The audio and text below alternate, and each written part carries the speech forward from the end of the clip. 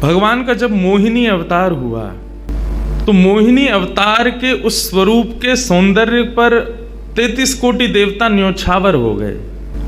सबके मन में ये भाव आया, ये जो भी प्रकट हुई हैं ये किसी भी प्रकार से हमको हमारी गृहिणी के रूप में प्राप्त हो जाएं। इतने सुंदर ठाकुर जी बनकर के आए।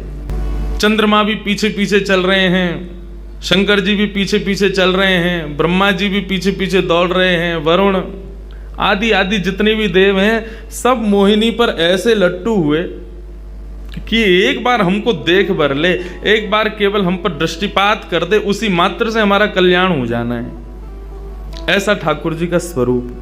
परंतु उन 33 कोटि देवताओं में एक देव ऐसे हैं जिनका मोहिनी के प्रति ऐसा कोई दुर्भाव नहीं था, और वो देव थे सूर्य। सूर्य ने जब मोहिनी के सौंदर्य को देखा तो उनके मन में भाव आया, इतनी सुंदर, इतनी सुकुमारी, इतनी कोमल, इतनी मधुर।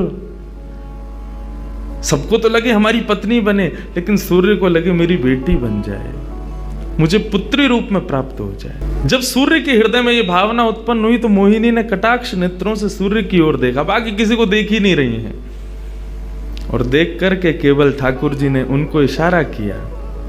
बोले तो आपकी ऐसी इच्छा है? सूर्य बोले जी भगवान, मेरी बहुत अभिलाषा है कि आप पुत्री रूप में मेरे यहां पधारो। ठाकुर जी बोले इतना साधारण नहीं है हमको प्राप्त करना, पुत्र रूप में प्राप्त करना फिर भी साधारण होगा, लेकिन पुत्री भाव में ये तो असाधारण है, इसके लिए आपको तप करना पड़ेगा। सूर्य बोले मैं आज से ही तप करूंगा, लेकिन आप वचन दो मेरे यहां पधारोगे और इसी रूप में पधारोगे। मोहिनी ने कहा यदि मैं तुम्हारे भजन से प्रसन्न हुई, यदि तुम्हारी भक्ति में, तुम्हारे प्रेम में प्रबलता हुई, मोहिनी 33 कोटि देवताओं को मोहित करती है, लेकिन तुम्हारे भजन के प्रभाव से मैं जब तुम्हारे यहां अवतरित होंगी तो मोहिनी को भी मोहित करने वाला रूप धारण करके आऊंगी। मोहिनी जिसने तीनों लोगों को अपने रूप पर न्योछावर कर दिया, वो मोहिनी भी जिस रूप को देख करके मोहित हो जाए वो रूप आएगा आपके यहां। वही सूर्य वृषभानु जी के रूप में प्रकट हुए हैं, और जब वृषभानु जी के रूप में प्रकट हुए, उससे पहले एक राजा के रूप में भी आए थे, तब भी इन्होंने तपस्या की थी, लेकिन ठाकुर जी नहीं पधारे।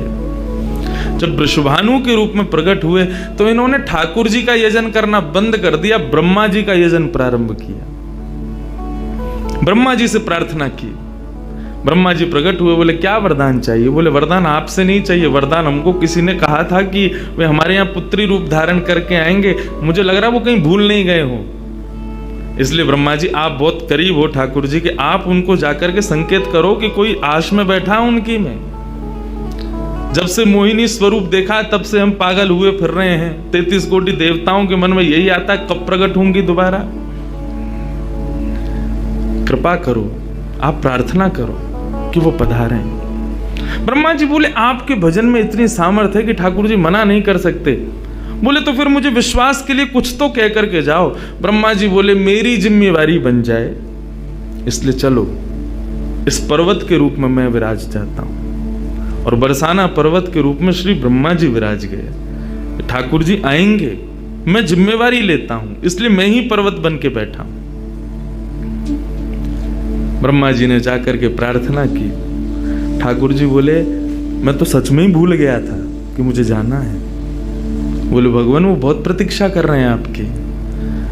वृषभानु जी का भजन कैसा बताया।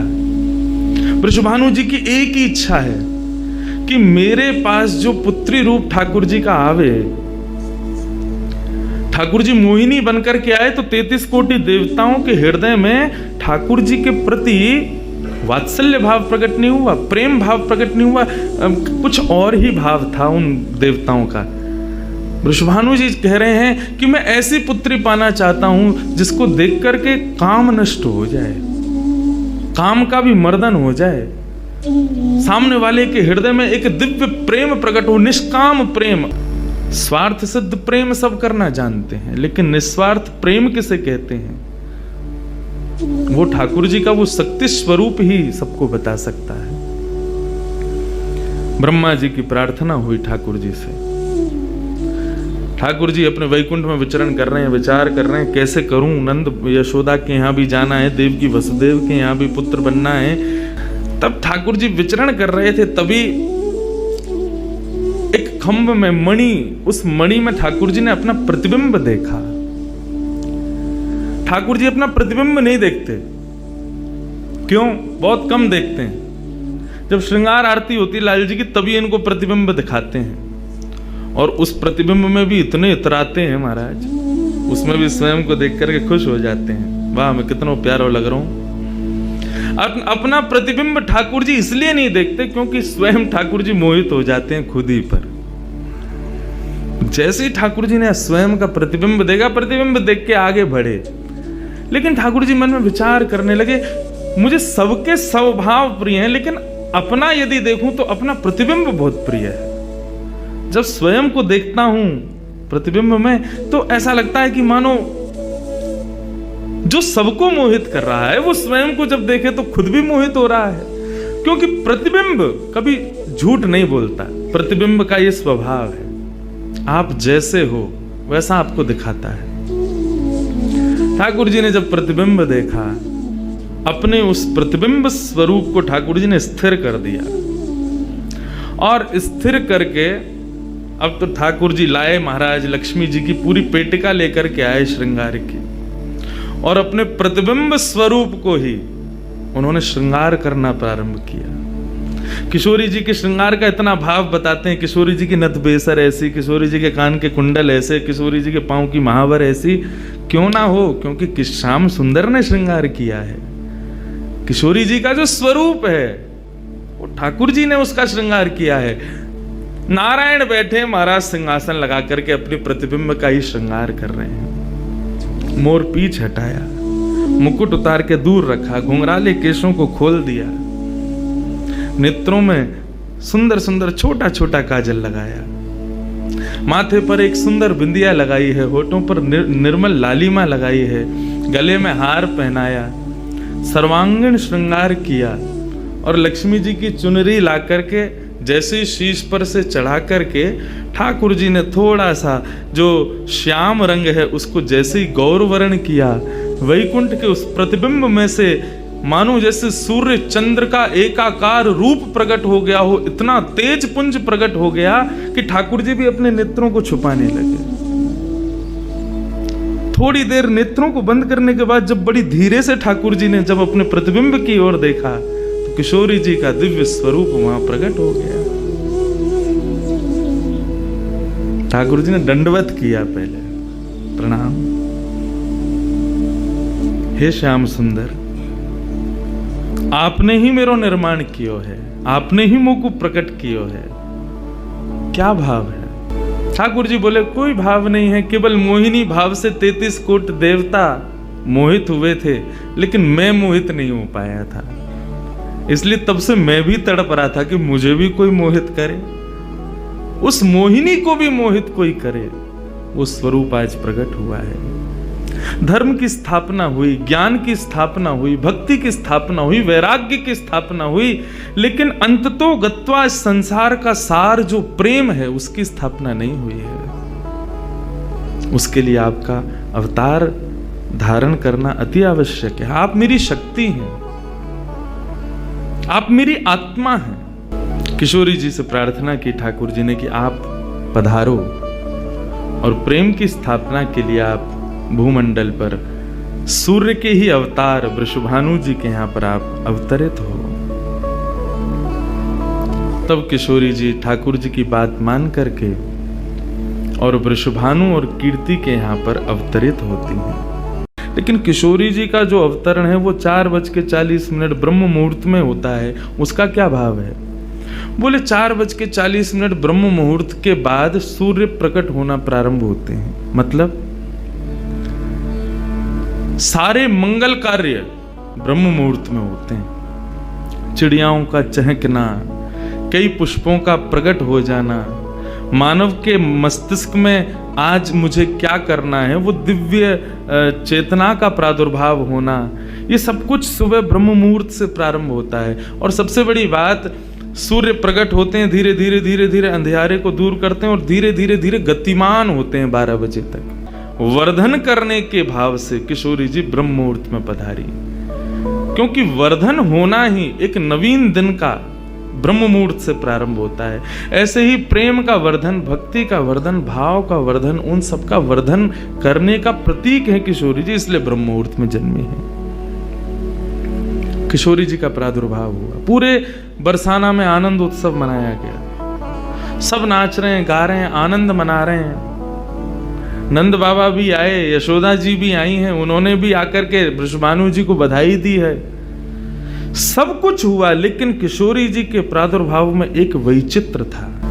दिन बीत गए 8, लेकिन किशोरी जी ने अभी तक नेत्र नहीं खोले।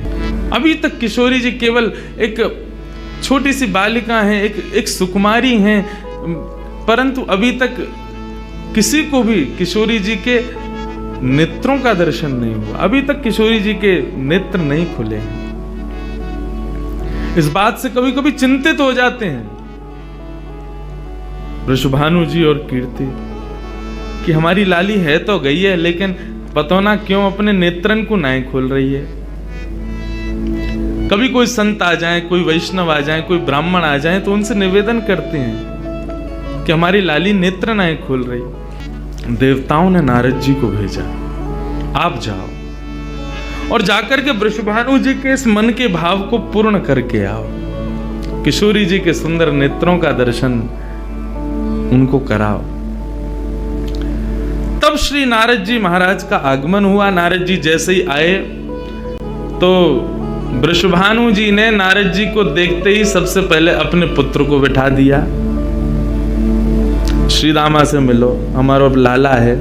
नारद जी उससे मिले, उसका सब देखने लगे। नारद जी मन में विचार कर रहे हैं कि उनसे कब मिलवाएंगे, किशोरी जी का दर्शन कब होगा। 2-3 दिन तक नारद जी विचरण करते रहे बरसाने में। वृषभानु जी का मन तो होता है कि मैं इनसे कुछ कहूं, कुछ पूछूं, थोड़ा किशोरी जी के बारे में, अपनी लाली के बारे में न कुछ जानूं, लेकिन अभी वो भाव प्रकट नहीं हो रहा है। तब एक दिन एक छोटी सी बरसाने की लाली को जब नारद जी महाराज खिला रहे थे और उससे प्रेम चर्चा कर रहे थे, ये दृश्य जब वृषभानु जी ने देखा, उन्होंने तुरंत नारद जी के चरण पकड़े और कहा, हे भगवान, हमारी एक लाली भई है, बहुत सुंदर है, सुकुमारी है, नन्ही सी है। विवाह को देख करके स्पर्श करवे में डर लगे कि कहीं हमारे स्पर्श से कोई कष्ट ना है जाए, या हमारे हम सबन को दर्शन भी ना करा में। लेकिन महात्मन आपसे पूछना चाह मैं, हमारी लाली नेत्र नहीं खोल रही है, कहाँ भाव है? नारद जी तो तुरंत बोले, अरे तो तुमने इतने दिन से क्यों नहीं बताया? वो तो पहले से ही बैठे थे तैयार कि ये जल्दी बोले तो मैं जाऊं, जाकर के दर्शन करूं। बोले संकोच है रहे हो? बोले संकोच मत करो, अभी लेके चलो। कहाँ है तुम्हारी लाली, मुझको को बताओ। नारद जी महाराज जा रहे हैं वृषभानु भवन में। एक बेड़ी पार की, दूसरी बेड़ी पार की, तीसरी बेड़ी पार की। जैसे भीतर पहुंचे हैं, सुंदर सुगंधी भीतर से प्रकट हो रही है। सामने स्वर्ण जटित एक पालना है, और जैसे ही उस पालने में जाकर के नारद जी ने दर्शन किया, कमल कली को वृषभानु की लली को रंग, कैसा रंग है? बोले जैसे कमल की कली हो मैं ना, ऐसी श्री वृषभानु नंदिनी। नारद जी ने जैसे ही उनको दर्शन किए हुए आनंदित है गए, आनंदित है करके प्रणाम करने लगे। वृषभानु जी बोले, हमारी लाली नेत्र नाए खोल रही है, आप कृपा करो ना। नारद जी बोले, एक मंत्र पढ़ना पड़ेगा, कुछ करना पड़ेगा, तंत्र मंत्र करना पड़ेगा, तब आपकी लाली बोलेगी। वृषभानु जी बोले, देख लो, ले संभल के करियो, हमारी लाली बहुत कोमल है, वो ना स्पर्श नहीं करेंगे, दूर बैठ के करेंगे। वृषभानु जी बोले, तो करो। बोले, आपको पहले बाहर जानो पड़े, वो एकांत में करेंगे।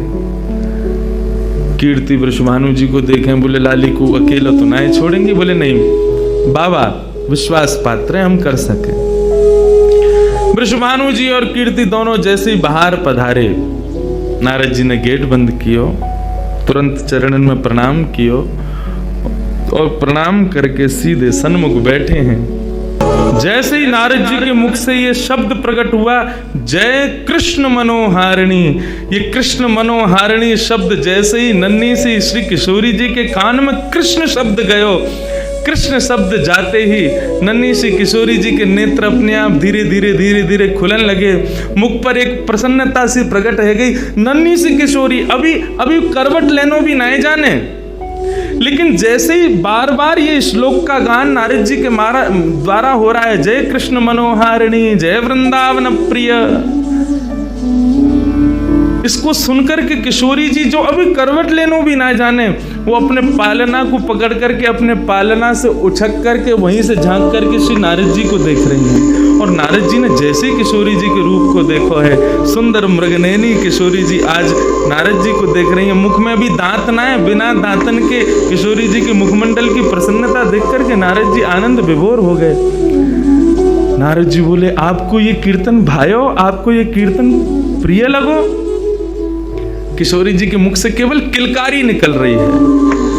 नारद जी ने उठाई अपनी वीणा करताल और जय कृष्ण मनोहारिणी, जय वृंदावन प्रिय, और इसी का कीर्तन करते हुए वहां नाचने लगे, नृत्य करने लगे, चारों ओर घूम रहे हैं। बीच में पालने में श्री किशोरी जी बैठ करके और करताल बजा रही हैं और करताल बजा करके आनंदित हो रही हैं।